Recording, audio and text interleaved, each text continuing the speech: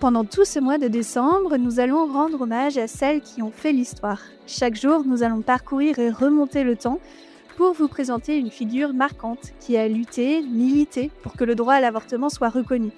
Ces femmes, qu'elles soient pionnières radicales, avocates audacieuses ou ministres courageuses, ont brisé le silence, affronté la violence des débats et permis que le drame de l'avortement clandestin appartienne au passé. Leur combat est le socle de notre liberté et c'est grâce à elles que nous pouvons aujourd'hui, ici, déculpabiliser et continuer à libérer la parole. Pour ce 8e jour du calendrier de l'Avent, nous continuons avec l'une des figures les plus emblématiques, si ce n'est l'une des figures les plus connues, en tout cas, du droit à l'avortement, Simone Veil. Elle est très souvent citée quand on parle d'IVG et pour cause, c'est la femme qui, en tant que ministre, a porté la loi de dépénalisation devant l'Assemblée nationale. Alors Simone Veil, elle est née dans une famille juive et elle a connu l'horreur absolue. À l'âge de 16 ans, elle est déportée à Auschwitz-Birkenau où elle perd son papa, son frère et sa maman. Et ses deux sœurs et elle sont les rescapées. Ces épreuves ont forgé une force de caractère et une résilience qui sont devenues sa marque de fabrique. Quand elle revient en France, elle se reconstruit doucement en menant des études de droit et de sciences politiques et elle entre également dans la magistrature comme haute fonctionnaire. Son parcours est déjà marqué par son engagement humaniste et pendant la guerre d'Algérie, elle est notamment chargée de missions pour faire transférer en France des prisonnières algériennes exposées aux mauvais traitements et au viol. J'ai visité énormément de prisons, pratiquement toutes les prisons qu'il y avait en Algérie et je suis rentrée épouvantée par les conditions dans lesquelles les détenus étaient gardés. J'ai souvenir à Philippeville d'un directeur de prison. Je regardais comment les détenus étaient traités. Et il m'a dit « Oh, ne vous inquiétez pas, la guillotine est toujours prête. Si vous voulez que je vous la montre, c'est possible. » Alors en 1970, elle franchit une autre étape en devenant la première femme secrétaire générale du Conseil supérieur de la magistrature. Je ne sais pas si vous avez eu l'occasion de le voir quand il était au cinéma, mais il y a un film qui est super, qui parle et qui retrace toute sa vie, qui est Simone. Je vous le mettrai dans la description. Quelques années plus tard, en 1974, Simone Veil est nommée ministre de la Santé par le président Valéry Giscard d'Estaing. Et elle hérite à ce moment-là d'un dossier explosif, je parle bien évidemment de l'avortement. Alors officiellement, à ce moment-là, la loi qui est toujours en vigueur est celle de 1920, dont vous avez déjà beaucoup entendu parler dans ce calendrier de l'Avent. Et cette loi, bien sûr, elle interdit l'IVG, l'avortement est un crime passible d'emprisonnement pour les femmes et aussi pour tous ceux qui l'auraient aidé. Mais la réalité sociale et sanitaire, elle est tout autre et elle est terrifiante. L'interdiction n'empêche pas les femmes d'avorter. Elle ne fait qu'assurer leur danger. Alors on estime à 300 000 le nombre d'avortements clandestins chaque année, causant la mort de près de 300 femmes annuellement. Et je ne sais pas si vous avez écouté l'épisode de Michel qui a avorté avant la légalisation de l'avortement, et elle le dit, c'était courant d'apprendre le décès d'une cousine, d'une proche, d'une amie à cause d'un avortement clandestin.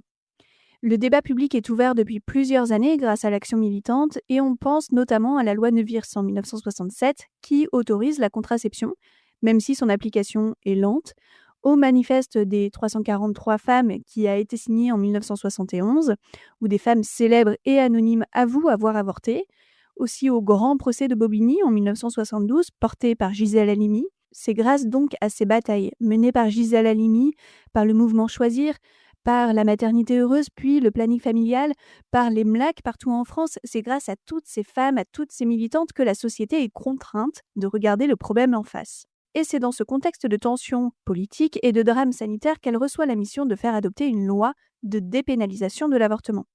Alors avant de devenir la fameuse loi Veil, c'est d'abord un combat d'une violence inouïe. C'est le 26 novembre 1974 que Simone Veil monte à la tribune de l'Assemblée nationale. Et face à elle, l'hémicycle est presque exclusivement composé d'hommes. Les attaques sont d'une extrême brutalité. La plupart de ses collègues du Parlement l'insultent avec des mots que je ne pourrais pas dire dans ce podcast, mais qui sont clairement des injures insoutenables pour une rescapée d'Auschwitz. Mais elle ne fléchit pas. Et c'est dans ce discours qu'elle commence par une note personnelle et puissante qu'elle prononce sa phrase presque devenue la plus célèbre, une conviction de femme qui frappe encore aujourd'hui. Elle utilise une autre phrase marquante pour souligner l'urgence et le côté inéluctable de la réforme, confrontant ses opposants à la réalité. Mais comment y parvenir ? Je le dis avec toute ma conviction, l'avortement doit rester l'exception, l'ultime recours pour des situations sans issue. Mais comment le tolérer sans qu'il perde ce caractère d'exception, sans que la société paraisse l'encourager? Je voudrais tout d'abord vous faire partager une conviction de femme. Je m'excuse de le faire devant cette assemblée presque exclusivement composée d'hommes. Aucune femme ne recourt de gaieté de cœur à l'avortement. Il suffit d'écouter les femmes. C'est toujours un drame.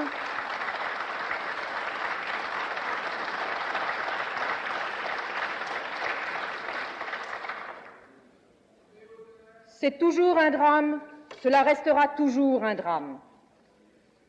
C'est pourquoi, si le projet qui vous est présenté tient compte de la situation de fait existante, s'il admet la possibilité d'une interruption de grossesse, c'est pour la contrôler et autant que possible en dissuader la femme. Nous pensons ainsi répondre aux désirs, conscients ou inconscients, de toutes les femmes qui se trouvent dans cette situation d'angoisse, si bien décrite et analysée par certaines des personnalités de votre commission spéciale a entendu au cours de l'automne 1973. Actuellement, celles qui se trouvent dans cette situation de détresse, qui s'en préoccupe?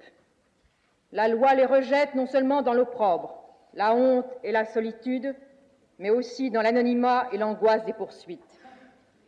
Contraintes de cacher leur état, trop souvent elles ne trouvent personne pour les écouter, les éclairer et leur apporter un appui et une protection. Parmi ceux qui combattent aujourd'hui une éventuelle modification de la loi répressive, combien sont-ils ceux qui se sont préoccupés d'aider ces femmes dans leur détresse? Combien sont-ils ceux qui, au-delà de ce qu'ils jugent comme une faute, ont su manifester aux jeunes mères célibataires la compréhension et l'appui moral dont elles avaient un si grand besoin?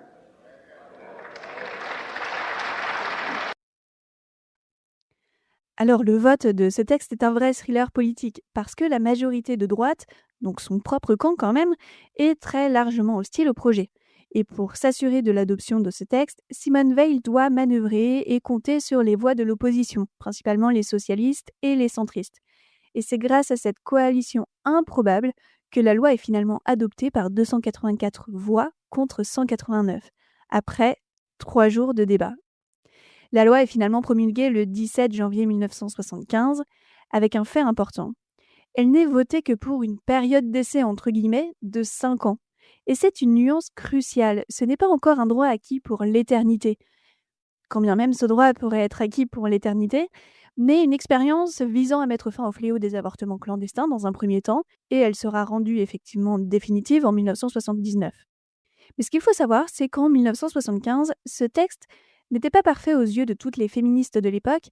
Il a mis fin, certes, à l'hypocrisie et à l'injustice, mais je trouve intéressant de parler de pourquoi cette loi dont on parle énormément aujourd'hui était considérée comme incomplète par de nombreuses femmes à l'époque.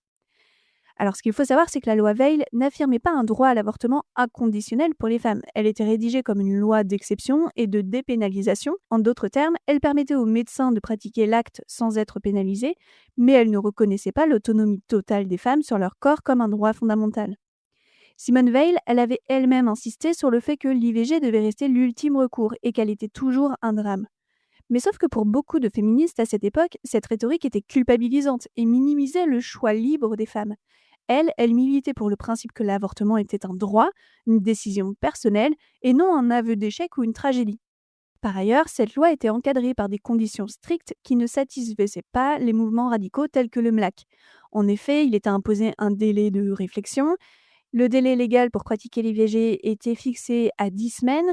Pour pouvoir avorter, la femme devait affirmer être en état de détresse. La loi permettait aux médecins et au personnel médical d'invoquer une clause de conscience pour refuser de pratiquer l'acte, et c'est d'ailleurs toujours le cas aujourd'hui. La loi exigeait que les mineurs obtiennent l'autorisation parentale pour pouvoir pratiquer une IVG. D'ailleurs, je vais vous en parler bientôt dans un portrait parce qu'il y a eu un procès que je trouve très intéressant d'évoquer dans ce calendrier l'Avent à ce sujet. Et puis la loi de 1975, enfin, ne prévoyait pas la gratuité totale de l'IVG, ni de la contraception d'ailleurs pour toutes. Dans la loi de 1967, la loi Neuwirth, la pilule restait difficile d'accès. Alors en résumé, la loi Veil était vue comme plutôt un compromis politique nécessaire pour stopper l'hémorragie des avortements clandestins. Mais elle n'était pas assez aboutie pour les féministes qui exigeaient l'autonomie complète des femmes sur leur corps et le retrait de toute moralisation de cet acte. Alors bien sûr, ici, l'idée n'est pas d'amoindrir l'importance de cette loi de 1975, mais plutôt de vous partager des faits que j'ai découverts en m'informant sur l'histoire de l'avortement en France et en échangeant également avec des femmes qui ont vécu à cette époque-là et qui ont clairement ressenti ce que je viens de vous citer. Alors le combat de Simone Veil pour que l'IVG ne soit plus un drame secret, mais une solution encadrée, fait écho quand même à la mission de notre podcast de déculpabiliser et d'accompagner. C'est grâce à des femmes comme Simone Veil qui ont eu le courage d'endurer la violence des débats que les femmes qui vivent cela aujourd'hui peuvent le faire dignement et en sécurité. Alors merci Simone. Et on se retrouve demain pour découvrir une autre femme ou un autre moment clé qui a marqué l'histoire de ce droit. Si cet épisode vous a touché, n'hésitez pas à le partager, à en parler autour de vous ou à me laisser un message. Je vous invite aussi à vous abonner sur votre plateforme de podcast favorite, à mettre 5 étoiles, ça aide au référencement et à la visibilité du podcast. Si vous souhaitez avoir plus de contenu, vous pouvez vous abonner à ma page Instagram merci.simone.podcast. Et si vous aussi vous souhaitez venir témoigner au micro de Merci Simone et nous raconter votre histoire, écrivez-moi. En attendant le prochain épisode, merci Simone.